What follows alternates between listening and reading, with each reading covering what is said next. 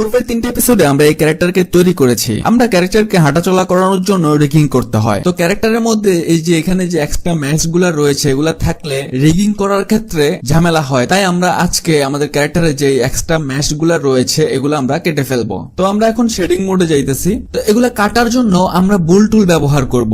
এই জন্য আমরা যে শর্টকাটটা ব্যবহার করব সেটা হচ্ছে Ctrl+Shift+B।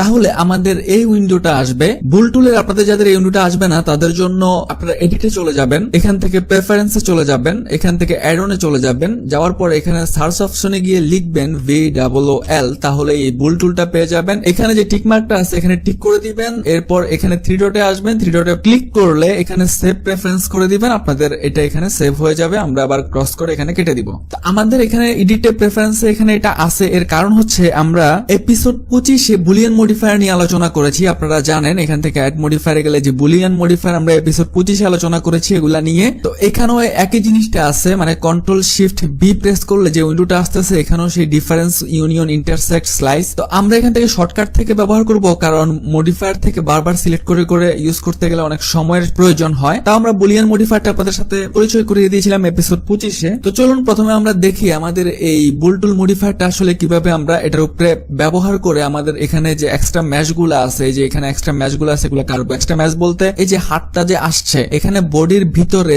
হাতের যে অংশটুকু ভিতরে গেছে এই অংশটুকু হচ্ছে এক্সট্রা ম্যাচ, এগুলো কাটতে হবে। এগুলা কিভাবে কাটবো, কিভাবে কাজ করে বুল টুলটা চলুন একটু দেখে আসি। তো আমরা এখান থেকে শেডিং মোডে যাইতেছি, এখন এটাকে হাইড করে দেই। আমরা এখান থেকে হাইড করে দিলাম। আমরা Shift+A প্রেস করতেছি, ম্যাচ থেকে এখান থেকে আমরা একটা কিউব নিয়ে নিতেছি, S প্রেস করে এটাকে একটু বড় করে দেই। ওকে, আমরা আবার Shift+A প্রেস করি, এখান থেকে আমরা একটা সিলিন্ডার নিয়ে নেই। আমরা S প্রেস করে এটাকে একটু ছোট করে দিতেছি, Z প্রেস করে এটাকে লম্বা করে দেই। ধরুন এতটুকু লম্বা করে দিলাম, একটু উপরের দিকে নিয়ে আসি। ওকে, আমরা সলিড মোডে চলে আসি। সেটিং মোডে থাকলে কালার করা নাই তাই দেখতে সাদা দেখাইতেছে। এখন আমরা বুল টুলটা কিভাবে কাজ করে সেটা একটু প্র্যাকটিস করব, অনেক দ্রুতই করে যাব। তো প্রথমে আপনারা দেখুন যে আমরা চাইতেছি যে আমাদের এই কিউবটা থেকে আমাদের সিলিন্ডারের যে অংশটুকু আছে অংশটুকু কাটতে। তো কিভাবে কাটবো আমরা বুল টুলের সাহায্যে? প্রথমে আমরা সিলিন্ডারটা সিলেক্ট করব, এরপরে আমাদের যে মেইন অবজেক্ট যেটা আমাদের কিউবটা এটা আমরা সিলেক্ট করব। শিফট ধরে রেখে এটা ক্লিক করলে এটা সিলেক্ট হয়ে যাবে। এই যে ইয়েলো কালারটা বেশি দেখতে পারতেছেন, তার মানে এটা আমাদের মেইন অবজেক্ট। এখন আমরা Ctrl+Shift+B প্রেস করব।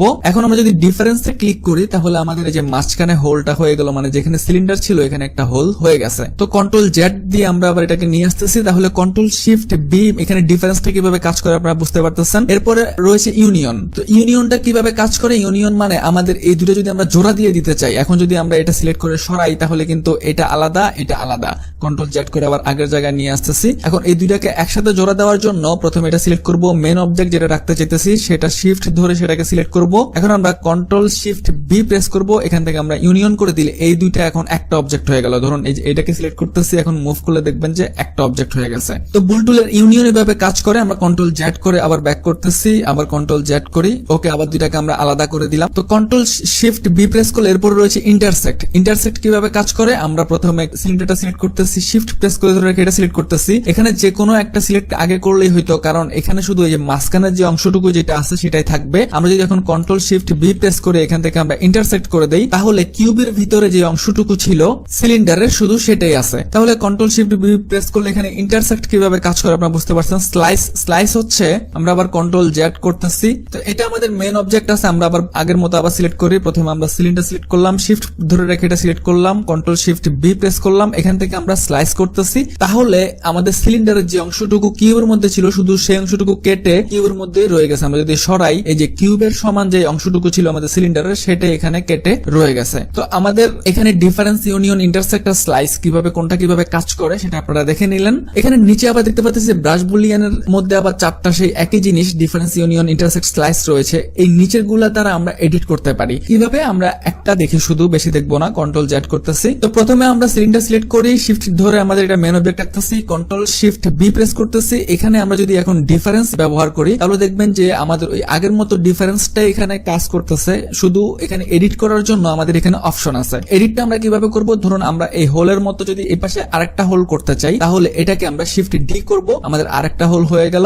এটাকে আমরা একটু মুভ করতেছি। এখন চাইতেছি যে আমরা এখানেও আমাদের সেই ডিফারেন্স রুলটা অ্যাপ্লাই করতে। তো এই জন্য এটা সিলেক্ট করব, শিফট প্রেস করে আমাদের মেইন অবজেক্টটা সিলেক্ট করব, Ctrl+Shift+B প্রেস করব, এরপর আমরা এখান থেকে ডিফারেন্স করে দিব। তাহলে আমাদের এই পাশে আরেকটা হোল হয়ে গেল। এখন এই দুইটাকে আমরা অ্যাপ্লাই করব কিভাবে? ধরুন আমরা আরেকটা আরেকটা নিলাম, শিফট ডি করে একটা ডুপ্লিকেট করে নিলাম, এটা আইনা এই পাশে বসায় দিলাম। তো এখন আমরা কাজ করব, আমরা তিনটাকেই সিলেক্ট করব উপরে, আমাদের এরপরে শিফট ধরে এটা মেন অবজেক্টটাকে সিলেক্ট করব, কন্ট্রোল শিফট বি প্রেস করব। এখন আমরা উপরের ডিফারেন্সটা সিলেক্ট করে দিলে একসাথে তিনটে অ্যাপ্লাই হয়ে গেল। মানে উপরের নিচেরটা তো বুঝছেন, উপরের গুলা হচ্ছে ডাইরেক্ট অ্যাপ্লাই করে ফেলার জন্য, নিচের গুলা হচ্ছে আমরা যদি এডিট করতে চাই পরবর্তীতে আবার এগুলা তার জন্য। আশা করি বুল টুল সম্পর্কে একটা ধারণা পেয়েছেন, আপনারা প্র্যাকটিস করলে এগুলো আরো ক্লিয়ার হয়ে যাবে। তো এখন আমরা আমাদের ক্যারেক্টারটাকে নিয়ে আসি, আমরা এটা সিলেক্ট করলাম, ডিলিট করে দিলাম। আমাদের এখানে ক্যারেক্টারটা এখানে আছে, আমরা এটাকে হাইড করে দিয়েছিলাম এখান থেকে। আমরা এখন আমাদের হাইটটাকে নিয়ে আসি, আমাদের এখানে চোখে প্রেস করলে আমাদের হাইটের অবজেক্টটা চলে আসবে, মানে আমাদের ক্যারেক্টারটা। আমরা আবার শেডিং মোডে চলে যাই, তাহলে আমরা ক্যারেক্টারটা দেখতে পারতেছি। এখন এখান থেকে আমরা ম্যাশটা কাটবো কিভাবে? প্রথমে আমাদেরকে এটা পুরোটা একটা অবজেক্টে আছে, এটাকে ভাগ করতে হবে। তো ভাগ করার জন্য যেহেতু আমাদেরকে মেইন অবজেক্ট চিনা দিতে হবে, এখন এটা পুরোটাই তো একটা অবজেক্টে আছে, তো মেইন অবজেক্ট কোন অংশটুকু? তো এর জন্য আমরা প্রথমে ট্যাপ প্রেস করে এডিট মোডে চলে যাব,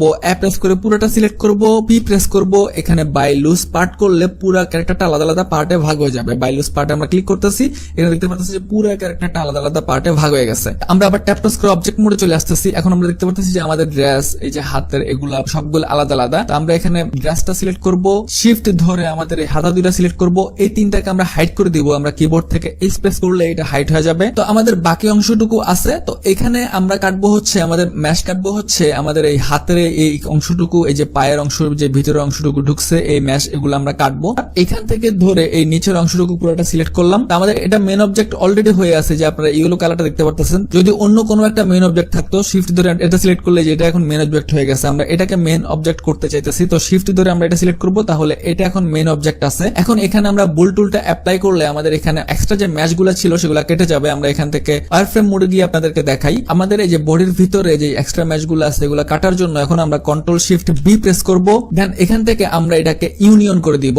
ইউনিয়ন করে দিলাম, এই যে আপনারা দেখতে পাচ্ছেন যে এখানে যে ম্যাশ গুলা ছিল এক্সট্রা হাত পায়ের, এই এক্সট্রা ম্যাশ গুলা কেটে গেছে। এখন আমরা যদি রিগিং করি তাহলে আমরা সহজে এটাকে রিগিং করতে পারবো। আমরা আবার শেডিং মোডে চলে যাইতেছি, আমাদের ক্যারেক্টারটাকে একটু দেখি, ট্যাপ প্রেস করে এডিট মোডে আসতেছি। আমরা দেখতে পাচ্ছি যে এগুলা ঠিক ভাবে কাটা আছে। আপনারা এখান থেকে অনেকগুলো ফেস এগুলোকে ডিভাইড করে নেবেন। আমরা গত ভিডিওতে এই ডিভাইড গুলো দেখেছি, কারণ এগুলো যদি ডিভাইড না থাকে তাহলেও আমাদের রিগিং এ প্রবলেম হবে। তো ট্যাপ প্রেস করে আমরা অবজেক্ট মোডে চলে আসলাম। এখন আমাদের যে জামাটা আমরা হাইড করে দিয়েছিলাম সেটা নিয়ে আসার জন্য আমরা অল্টার এস প্রেস করব, তাহলে আমাদের জামাটা আবার চলে আসবে। আমরা এখন জামাটা সিলেক্ট থাকা অবস্থায় ট্যাপ প্রেস করে আমরা এডিট মোডে যাইতেছি। আমাদের এখানে আমরা যে জামাটা তৈরি করছিলাম এখানে হাতগুলা মনে হয় আমরা ডিভাইড করি নাই, আমরা একটু এটা সিলেক্ট করলাম, ট্যাপ প্রেস করে এডিট মোডে যাই, এই যে না আমাদের হাতগুলা কিন্তু ডিভাইড করা হয় নাই। তো আমরা এখান থেকে যে কোনো একটা ফেস সিলেক্ট করব, আমরা এখান থেকে ফেসে চলে যাব, যে কোনো একটা ফেস সিলেক্ট করব, কন্ট্রোল আর প্রেস করব, মাউস স্ক্রল করব, তাহলে আমরা এখান থেকে অনেকগুলা কাট দিয়ে দিতে পারি, যাতে এগুলো যখন আমরা বাঁকা করব, হাতগুলো যখন বাঁকা করব যাতে স্মুথলি বাঁকা হয়। একইভাবে আমরা এটা তো কাট দিয়ে দিব। ট্যাপ প্রেস করে আমরা অবজেক্ট মোডে আসতেছি, একটা সিলেক্ট করতেছি,